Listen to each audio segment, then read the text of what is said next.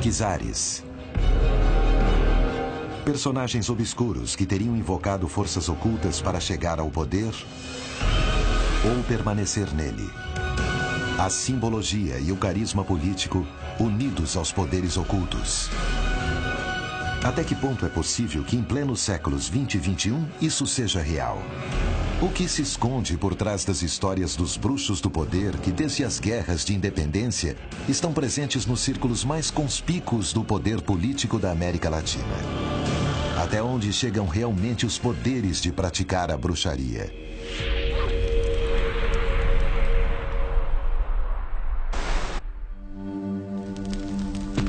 É possível que muitos dos grandes líderes de todos os tempos e lugares tenham estado secundados ou protegidos e amparados por poderes do além? Nas diversas culturas asiáticas, europeias, até mesmo na América pré-colombiana, vamos encontrar a influência nas decisões do governo local ou geral por parte desses sinais ou manifestações de alguma ordem espiritual. No ano de 1900 e nos primórdios de uma das maiores manifestações políticas da história, os Romanov usavam de supostos conhecimentos mágicos de Grigori Efimovich, ou Rasputin, conhecido como o Monge Louco. Rasputin é um ícone. É um ícone que tem a ver, sobretudo, que tem a ver neste jogo da bruxaria. Os bruxos com poder político. Ele dizia ter poderes paranormais. Dizia poder curar, ter poderes curativos e também até alguns poderes de transporte, como poder mudar objetos de lugar. A Revolução Russa, ocorrida em outubro de 1917, finalizou o reinado e a dinastia dos Romanov, que foram brutalmente assassinados. A verdade é que uma vidência de Rasputin teve pouca influência na queda do sistema. Em que pese a sua enorme capacidade de influência dentro da corte e o poder que muitos lhe atribuíam, o monge não terminou bem os seus dias. É claro que os atentados são permanentes e mesmo assim, na última etapa e com o último grande envenenamento, que é o que finalmente produz sua morte, ele deixa como esse último halo de ameaça que, com sua morte, o czarismo acaba. Quando, na realidade, o czarismo já se encontrava em franca decadência. E a morte de Rasputin foi algo que muita gente ao redor dos czares precisava que acontecesse. O ascendente de Rasputin na corte dos Romanov transcendeu fronteiras. A fascinação que o personagem exerceu parece continuar vigente. No entanto, Rasputin foi a exceção ou a regra na história? Na América Latina, há diferentes formas de Rasputin. Desde antes da chegada do homem branco à América Latina, o continente parece ter sido habitado por poderes mágicos. Os xamãs invocavam o componente sagrado da natureza. As crenças pagãs com seus deuses se estendiam por toda a região. Escondidas primeiro do Império da Fé Católica, unido ao Império Espanhol, a América Latina desenvolveu todo um acúmulo de cultos que sobreviveu ao longo dos anos, retomando crenças mágicas de todos os continentes. No caso da evangelização na América Latina, por parte dos conquistadores espanhóis, não era suficiente que fosse somente a espada. Era necessária a cruz. Era necessário domar o espírito, convertê-lo e transformá-lo.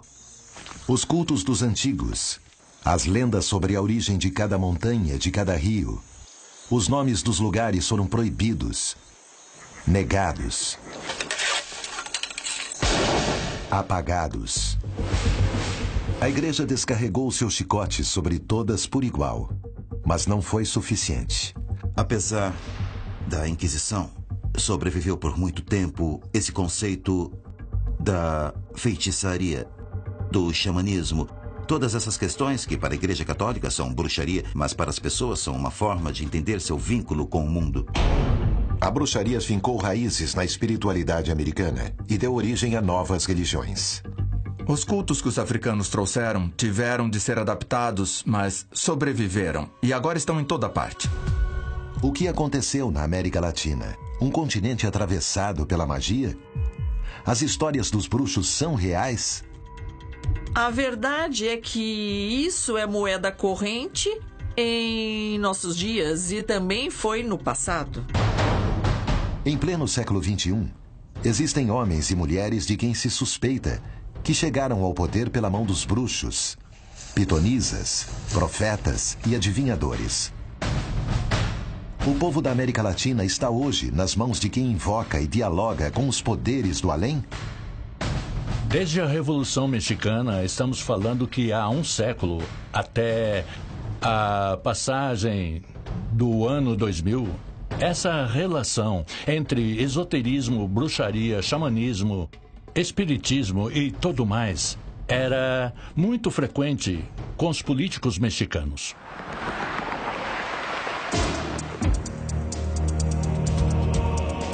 No dia 1º de dezembro de 2000, Vicente Fox assumia a presidência de um dos maiores países da região, o México. Sua eleição marcou o final de um período de 71 anos em que todos os presidentes do México foram militantes do Partido Revolucionário Institucional.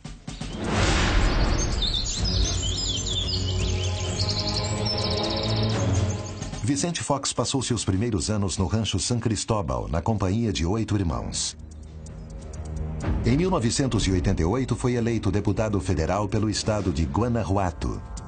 Ali conhece Marta Sahagún, uma ex-professora de inglês, a quem nomeia porta-voz durante seu governo em Guanajuato e mais tarde porta-voz da presidência, o que a levou a adquirir um elevado protagonismo nos meios de comunicação e um alto nível de popularidade.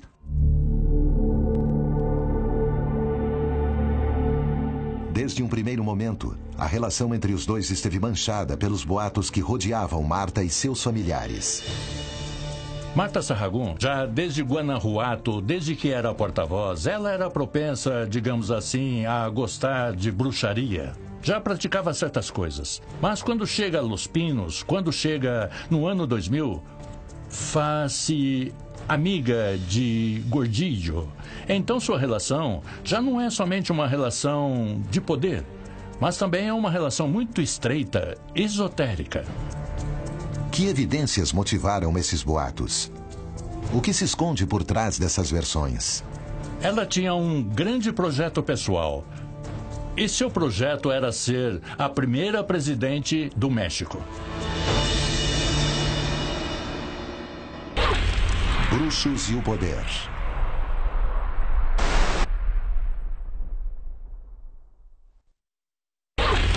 Bruxos e o poder. O Tolohatchi, Datura stramonium, é uma planta tão antiga quanto a humanidade.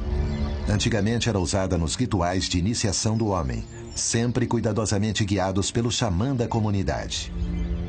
Estudos científicos recentes demonstraram que alguns de seus componentes químicos podem ser utilizados na elaboração de analgésicos.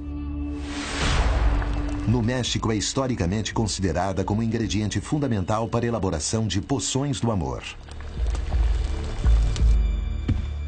Poderia o ex-presidente ter consumido tais poções? Quem lhe dá o líquido diz, você sabe que tem que dá-lo no café, ou no consumê, ou no suco, umas gotinhas. Mas é preciso misturar. Precisa misturar com o pelo pubiano e com gotas de sua menstruação. E ela faz. Planta sagrada? Poção amorosa? Analgésico? A única coisa que se sabe com certeza é que o uso frequente e abusivo do Tolohatchi induz a estados de psicose paranoica, crise de identidade e loucura.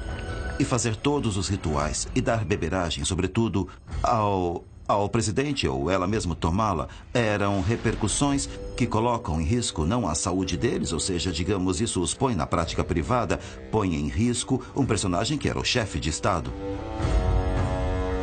Ou seja, se há certas mudanças de conduta e certas decisões políticas que me parece que poderiam ter sido afetadas por esse tipo de José Gil Olmos, rituais, jornalista e autor de Bruxos e o Poder. Poções, etc., que foram feitas por Marta Sahagún, sua esposa. Me parece que o que temos que assinar, sobretudo, é Além de que se põe em risco eles mesmos, não somente no caso do uso, mas também na parte de sua percepção da realidade, porque chegam a modificar. Também põe em risco muito do que são suas percepções sobre o exercício do poder que detenham nesse momento. Ou seja, as pessoas contam ali mesmo dentro da própria presidência que contra os inimigos dela e os inimigos de Vicente Fox, ela também fazia seus trabalhos.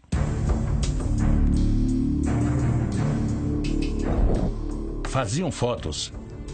E essas fotos, depois... dizem, eu não vi, mas as pessoas contam diretamente que punham em uma tarântula, uma aranha. As espetavam e depois as queimavam. Até onde poderia ter chegado a ambição de sua mulher? Como é possível que ninguém próximo ao presidente tenha notado isso? O assunto é que, quando o Estado-Maior Presidencial, que é parte do Exército Mexicano, criado desde 1936, 37, para o cuidado do presidente e para a saúde do presidente, perguntava a Marta Sahagún: senhora, o que é que está dando ao nosso presidente? Ela dizia de uma maneira muito picaresca. Dizia, são as vitaminas do presidente. Então aqui é quando alguém diz que isso já ultrapassou a parte íntima. Ou seja, isso pode ter sido um atentado contra a vida do presidente.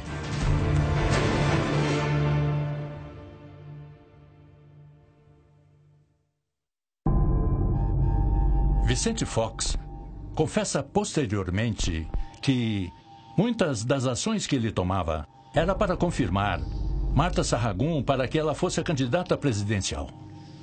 No entanto, Marta não conseguiu assumir o poder que ambicionava. Fracassou alguma coisa em sua tarefa? Ou estamos diante da prova mais cabal de que nenhuma dessas práticas pode chegar a produzir efeito? Mito? Realidade? Até que ponto os círculos mais conspícuos do poder apelam para sacerdotes, pitonisas, adivinhos e bruxos para conseguir chegar ao governo e manter-se no poder? Qual a verdade por trás desses boatos? Em sociedades como a nossa, entender que um político, que um líder tem como apoio uma figura espiritual que possa lhe dar conselhos e, sobretudo, que possa protegê-lo, seja uma bruxa, seja um curandeiro, seja um xamã, creio que não é algo que nos surpreenda.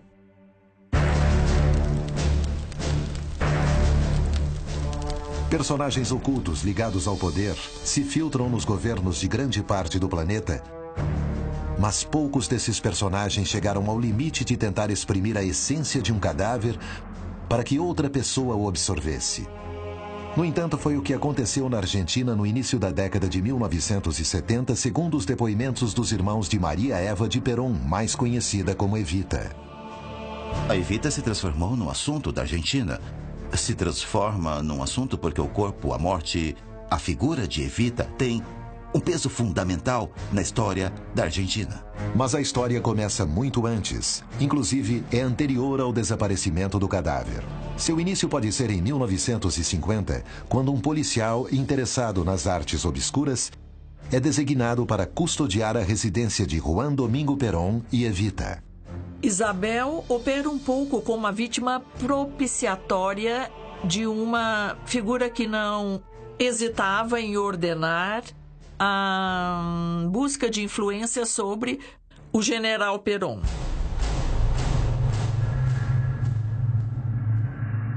José López Rega foi, de acordo com seu biógrafo, um menino introvertido e calado, com um profundo interesse em assuntos espirituais e religiosos.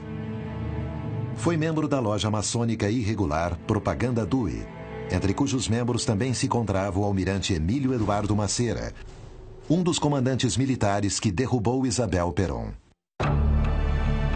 López Rega entrava pela primeira vez em contato com o poder político na Argentina.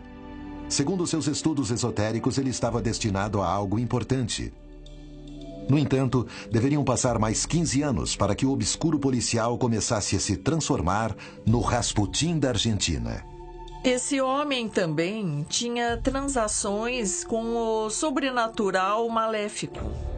Pouco tempo depois, o bruxo se mudaria para Madrid para trabalhar junto com Isabel em um plano esotérico para restituir o general Perón ao governo da Argentina. No entanto, um fato impensado faria com que todo o plano mudasse para sempre. Bruxos e o poder.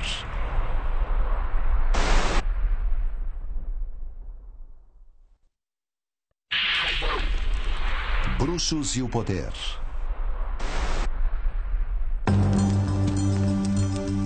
As histórias sobre bruxos e o poder não são novas. Na Argentina, José López Rega e Maria Estela Martínez de Perón haviam conseguido fechar um círculo íntimo e esotérico ao redor do general Juan Domingo Perón, que ainda se encontrava exilado em Madrid, mas já planejava seu retorno à Argentina. As intenções de López Rega mudaram quando, no dia 4 de setembro de 1971, o cadáver de Evita, que havia sido roubado após o golpe de Estado que Perón havia sofrido em 1955, foi restituído. O líder argentino decidiu mantê-lo no pavimento superior de sua residência. A partir deste momento, tanto Maria Estela quanto López Rega começariam uma relação particular com o corpo mumificado. Na América Latina, há diferentes formas de Rasputin. Sim, sabemos muito bem que a influência de López Rega sobre Isabelita era absolutamente total. E que em alguns momentos isso foi visto claramente, que até os discursos, o que tinha que dizer, quem ditava era López Rega, de maneira que podemos dizer menos visível, mas que isso efetivamente ocorreu. Evita havia sido uma das figuras femininas mais importantes da história da Argentina e seu carisma havia ultrapassado amplamente as fronteiras do país. López Rega considerava que sua protetora devia ter esse mesmo carisma quando regressasse à Argentina junto com Perón. Nesse caso, José López Rega, o que faz, sobretudo a partir do jogo de energias e o jogo dos espíritos que lhe dão a força, e que o corpo de Evita, que é o Vox Populi, embora não tenha sido totalmente comprovado que seja uma manipulação tão direta, que é transmitir a legitimidade, a força de Evita, desse corpo inerte, a Isabel Perón. Ao chegar ao conhecimento de Perón, os rituais foram suspensos. A verdade é que, morto o general e o governo errático levado a cabo por sua viúva e seu obscuro conselheiro, desencadeou um golpe militar que se transformou na ditadura mais sangrenta que se conheceu na América do Sul. Na realidade, os malefícios de López Rega são menos pela bruxaria que pelas ações monstruosas e criminais que causou. Evita continua sendo invocada. Quem a invoca é Isabelita Perón. Menem a invocou. Ela continua sendo invocada agora pela presidenta Cristina Kirchner. E ela continua sendo invocada para propósitos diferentes. Mas a figura está ali. As histórias sobre os bruxos do poder causam fascinação e temor ao mesmo tempo, despertando o receio das ciências e da sociedade civil. Os homens poderosos estão dispostos a tudo com o objetivo de se manter nas esferas mais altas. Há uma lei de correspondência. Se o que esse governante procura é realizar, por meio do poder, uma obra social positiva, encontrará forças e energia que o acompanhem nessa direção. Se o que ele busca é a ambição, é o controle, o domínio, a expansão, também encontrará forças e energia que irão nessa direção.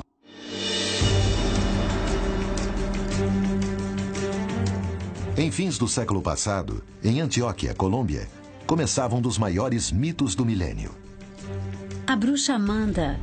Bom, a bruxa Amanda, pelo que se sabe, é uma mulher que, durante muito tempo, exerceu práticas de bruxaria para poderosos. A fama de Amanda foi tão grande que chegou aos ouvidos de homens poderosos de todo tipo, inclusive narcotraficantes. Em especial é lembrada sua aproximação com Jaime Builes, um dos personagens mais perigosos e excêntricos da década de 1970.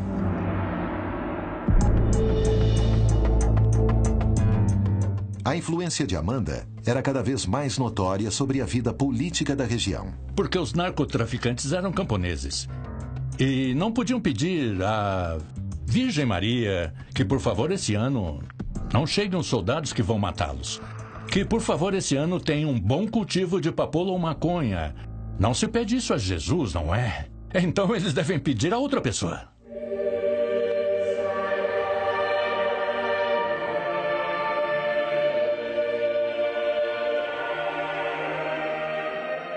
No entanto, um dia, mobilizada pelo arrependimento e pela fé, ela decidiu terminar com tudo.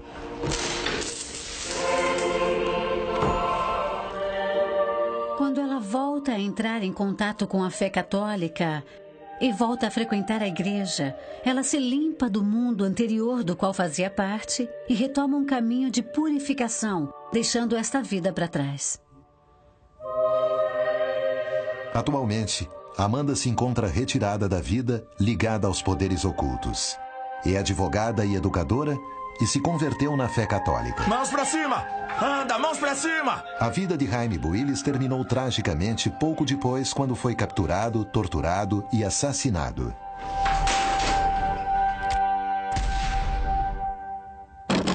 Abra logo essa porta! Há 600 anos, a caça às bruxas tem sido associada com perseguições políticas e o desprestígio de inimigos. Os libertadores da América, os líderes da América, desde Bolívar a San Martín e desde O'Higgins e Artigas até mesmo Benito Juárez ou José Martí, todos esses líderes políticos eram favoráveis ao pensamento liberal. De alguma maneira enfrentavam o poder da Igreja Católica na América, foram promotores do Estado laico, da separação da Igreja e do Estado. A Inquisição atuou de frente a eles e contra eles, e de alguma maneira todos esses líderes tiveram que enfrentar os inquisidores e trataram de colocá-los em seu lugar. Pois os bruxos e as bruxas não eram outra coisa mais que o antecedente direto dos cientistas. Bruxos e bruxas faziam experiências com a natureza. Os exorcismos e as lutas contra os bruxos não são uma coisa nova. Desde sempre, o poder instaurou o teor às suas artes e à sua figura. Eles passaram de privilegiados nas antigas civilizações para perseguidos durante a Inquisição. A bruxaria, o conceito de bruxaria ligado à parte demoníaca, surge com a Igreja Católica. Mas a bruxaria inclui feitiçaria e a feitiçaria não tem nada dessa parte curativa. As forças adivinhatórias, o entender para onde vamos, qual é a minha transcendência?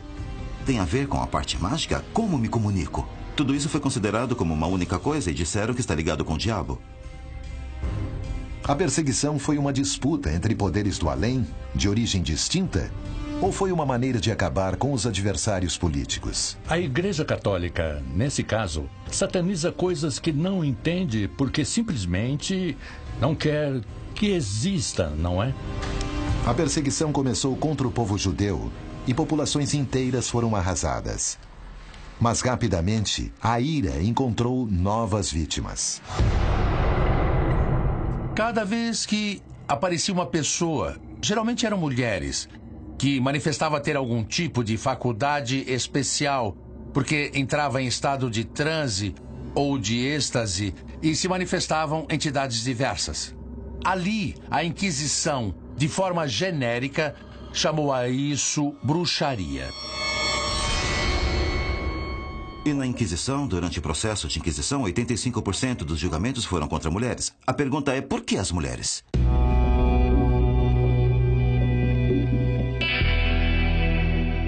Jesus falou da mulher como amiga e companheira.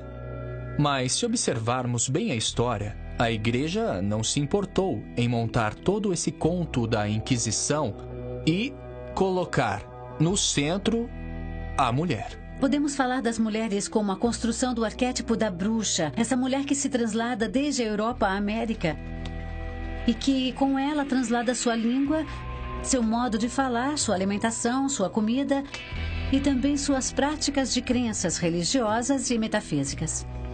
Foi pressuposto que as mulheres ainda são o côncavo natural por excelência e, portanto, há ali uma expressão de uma irracionalidade da natureza. Achavam que elas seriam capazes de voar, de transformar-se em animais, preparar poções para apaixonar, a violentar ou enlouquecer as pessoas, copular com o próprio demônio em orgias aberrantes, sacrificar sua honra com o sangue de recém-nascidos. Já se perguntou por que as bruxas voam? E por que voam em uma vassoura? A explicação é muito simples. As mulheres que faziam experiências com as plantas, etc., encontraram uma poção afrodisíaca e a untavam com um pedaço de madeira, vagina, e então, quando a Santa Inquisição andava procurando as bruxas e as estavam perseguindo, encontravam às vezes algumas mulheres em pleno êxtase sobre um bastão, como se estivessem voando.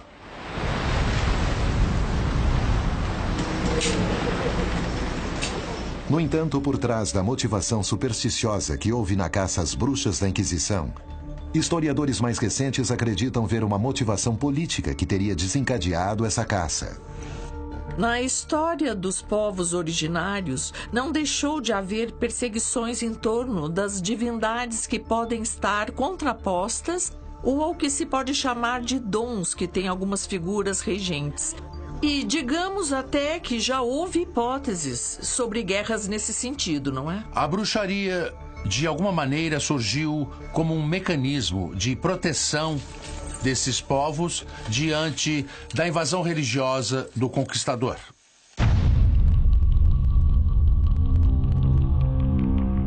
As acusações de bruxaria parecem ter sido utilizadas para desestabilizar líderes políticos sem importar sua ideologia.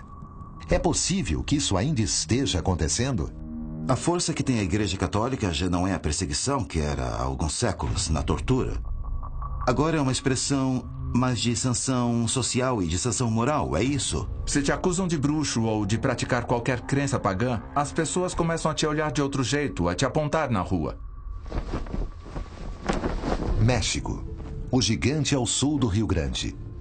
Berço de grande parte da tradição cultural latino-americana.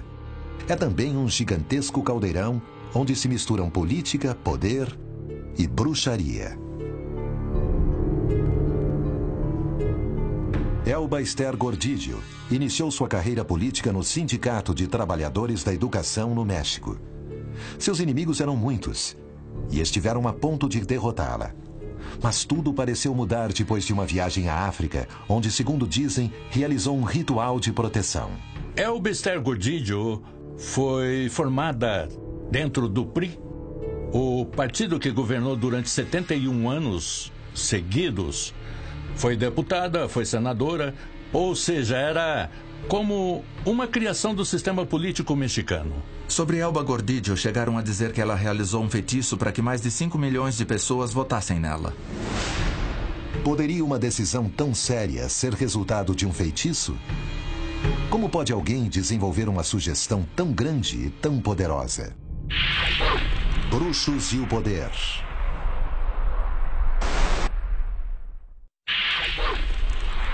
Bruxos e o poder.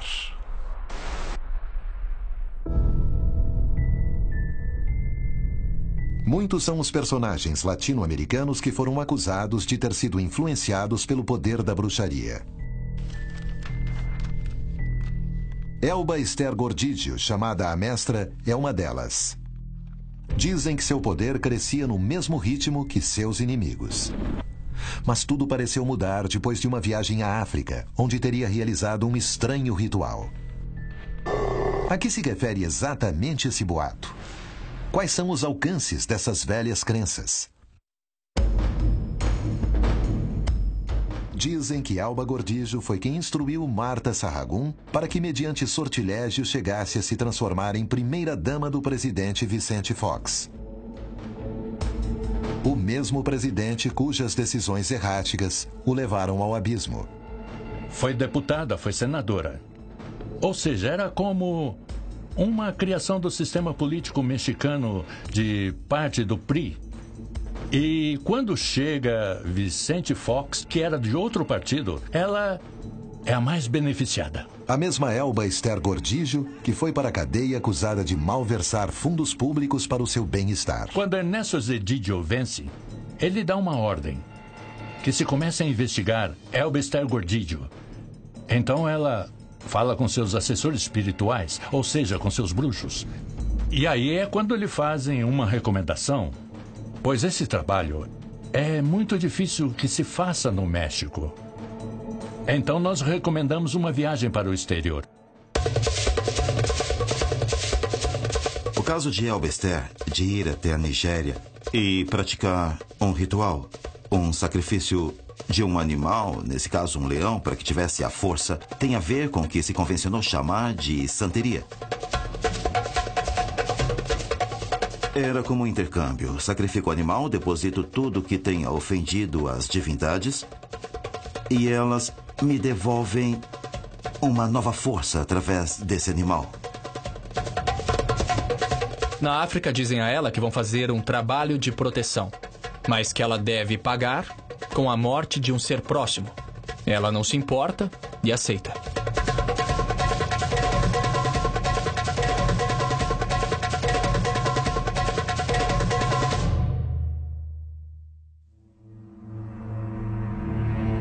Seja verdade ou não, o certo é que pouco tempo depois de voltar para o México, o presidente aplacou suas hostilidades e ela pôde prosseguir em suas funções. Seu neto mais querido morre.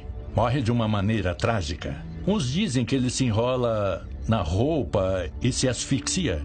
E outros que estavam brincando com o elevador e o elevador se fecha e corta sua cabeça. O que foi que fez essa mulher, muitas vezes suspeita de corrupção e defraudações, para se apegar durante tantos anos ao poder? Alguma força superior a protegeu? Ou tratou-se apenas de uma boa administração política? Acredito que em algum momento ela também chegou a pensar que podia ser a primeira mulher presidente do México.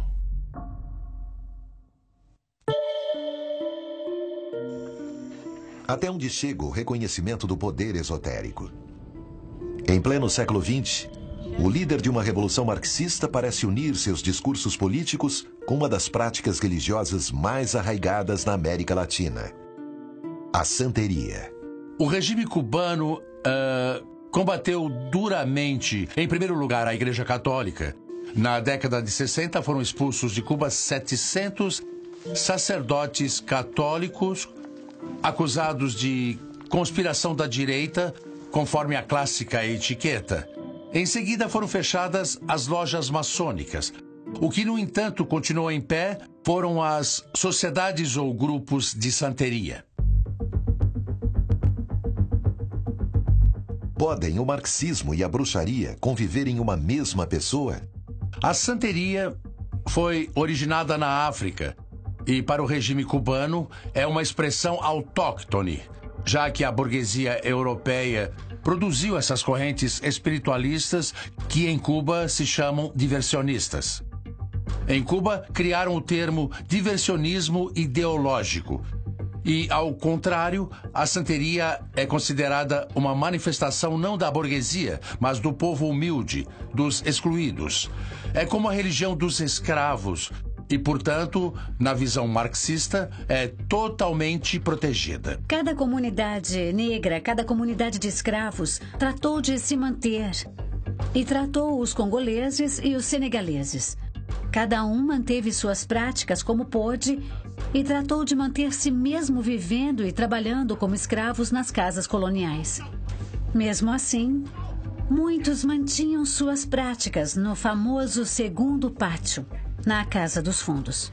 Aí se observa muito bem essa ideia de que, sem importar a parte ideológica, se você é marxista, leninista, ou se é cristão, católico, etc., e faz parte, essa crença, de uma necessidade de seguridade e confiança.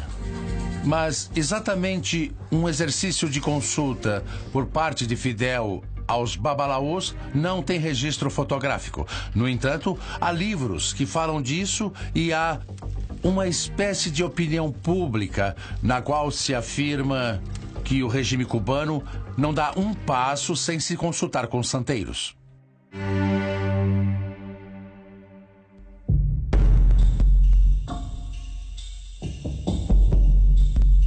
O sincretismo entre as religiões africanas, a magia negra francesa e o catolicismo resultaram numa religião que, em pleno século XX, teria gerado uma confluência única entre o poder e a bruxaria.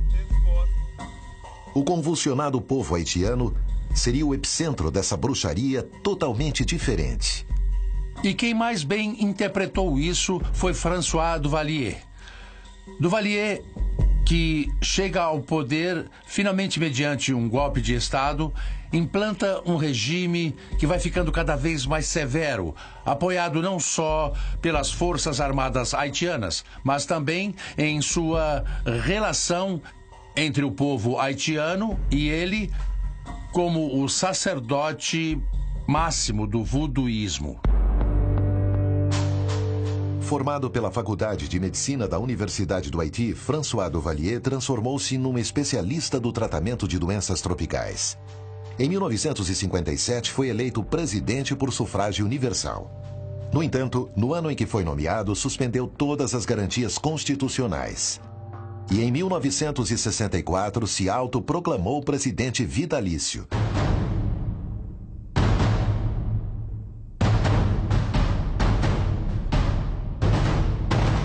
Mas será que os zumbis existem realmente?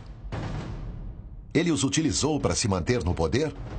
O zumbi, por definição, é um morto-vivo. Quer dizer, é uma pessoa que é dada por morta, mas que ressuscita. Também diria o voodoo. Ou os zumbis, por exemplo, no Haiti.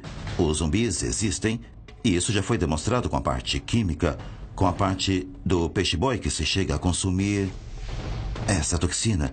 Sim, que pode ser lida como uma parte de bruxaria, como de feitiço, mas também pode se entender de outro jeito. É real, sim, é real. A explicação pode ser diversa. E as pessoas acreditam. E o seu ressuscitador, o sacerdote de voodoo que o devolve à vida, por definição, se converte em seu amo e ele em seu escravo.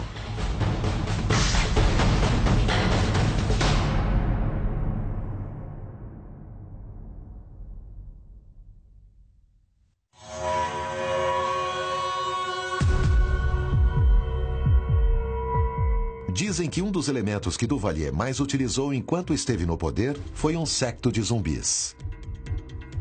Os Tonton Macoutes eram homens altos, negros, musculosos, todos vestidos de negro e com óculos escuros 24 horas por dia. De dia ou de noite, eles agiam assim e eram então da polícia secreta.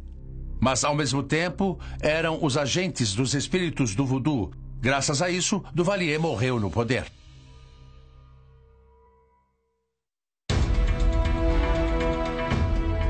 Os boatos de grandes figuras políticas que possuíram poderes divinos se estendem por todo o continente e se aplicam a todos por igual, sem importar sua ideologia. Os boatos desse tipo não conhecem ideologia nem partido político. Simplesmente se espalham sobre todos os mandatários do continente e isso inclui as mulheres. Ao longo da história, as mulheres tiveram um papel fundamental na vida de figuras políticas-chave do continente. Marta Sahagún, Eva Duarte de Perón, Isabel Martinez de Perón, são algumas das mulheres que aconselharam seus maridos, amantes, que foram acusadas de enganá-los, de controlá-los. E desse boato não escapa a mulher de outro líder, a primeira-dama da Nicarágua. Em 1979, Daniel Ortega ganhou fama internacional como novo líder socialista latino-americano. Vestido de verde-oliva, rodeado pelo povo, artistas e poetas, suas primeiras medidas o identificaram diretamente com outro líder revolucionário, Fidel Castro. Está casado com Rosário Murillo, que em sua juventude denunciava a ditadura desde o poder da literatura. Sua militância a levou à clandestinidade, utilizando pseudônimos como Gabriela, Carolina ou Berenice Valdemar. Na realidade, o caso de Ortega e da que conhecemos como a bruxa Chayo não é mais que uma representação a mais da ligação do poder com os fenômenos que consideramos paranormais. Sobre a figura da primeira-dama da Nicarágua, recairia a acusação de ter trocado a integridade de sua filha pelo domínio que ostenta sobre Ortega, seu partido e o governo. Bruxos e o poder.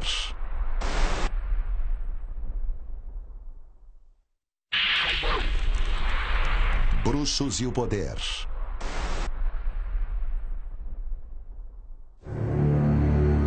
Até que ponto é possível que a bruxaria e a política se relacionem para tomar decisões que afetam milhões de pessoas?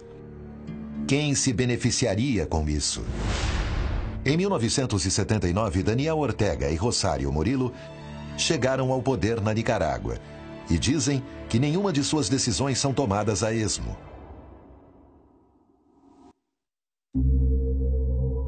Manágua, Nicarágua. A mulher do líder sandinista, Daniel Ortega, nunca ocultou sua impressionante amplitude espiritual. Rosário é uma pessoa politicamente muito poderosa, intelectualmente muito informada. É uma mulher com certas características até de delicadeza intelectual. Dizem que ela é o poder por trás do trono de Daniel Ortega. E sendo o poder por trás do trono nessa ideia da bruxa como a manipuladora, a executora, a que controla os fios do poder, se autodenomina bruxa. 30 anos depois, o casal Ortega-Murillo parece ter conseguido perpetuar-se no poder. Uma coisa certamente inexplicável, com a crise econômica e a furiosa crítica opositora, que chamou seu governo diretamente de o Reino de Merlin. E muito se comentou na Nicarágua sobre o caso de Daniel Ortega. E Ernesto Cardenal reconhece que ele tem um problema de lupus. E muitas atividades Daniel Ortega precisa realizar à noite. Para tudo o que ela vai fazer, ela se consulta com os bruxos. Quer dizer, nada é deixado ao azar. Inclusive as flores presidenciais que ela utiliza ou que são usadas nos discursos previamente já passaram pelas mãos dos bruxos. A lenda negra do casal presidencial se apoia em fortes indícios. No entanto, Ortega ganhou cada eleição de maneira indiscutível e continua tendo o apoio das bases populares. Um espectro social que se caracteriza por sua intensa religiosidade. Portanto, eu diria que combina com o arquétipo perfeito da construção da imagem da bruxa. Uma mulher que tem o poder, que está perto do poder, que vive com o poder, que influencia esse poder e que, além disso, tem informação e conhecimento que pode distribuir e usar segundo sua conveniência.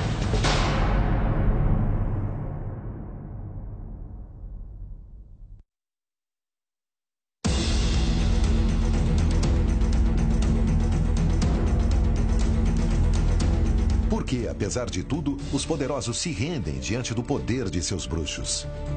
Em primeiro lugar, o medo. O medo de tratar de enfrentar o mundo. Segundo, de solucionar um problema. Ou terceiro, de tratar de se orientar no mundo de alguma maneira, o que faz a magia, a feitiçaria. Tudo isso que se engloba na bruxaria é ter um poder e é ter um controle. Todos nós, em algum momento, já ouvimos falar de algo, ou de alguém, ou de alguma história, ou de algum antecedente, ou de algum ritual para sanar, para curar, para pedir. Trata-se de sentimentos tão humanos como o medo e a insegurança? Ou é a ambição desmesurada por tomar posse daquilo que o outro possui? O poderoso pode pedir tudo o que quiser, mas na realidade, o verdadeiro poder quem tem é o bruxo. Isso é o que a maioria das pessoas não entende. Quem governa realmente a América Latina? Olha, eu não sei se existem ou não as bruxas e os bruxos, mas que existe alguma coisa, existe.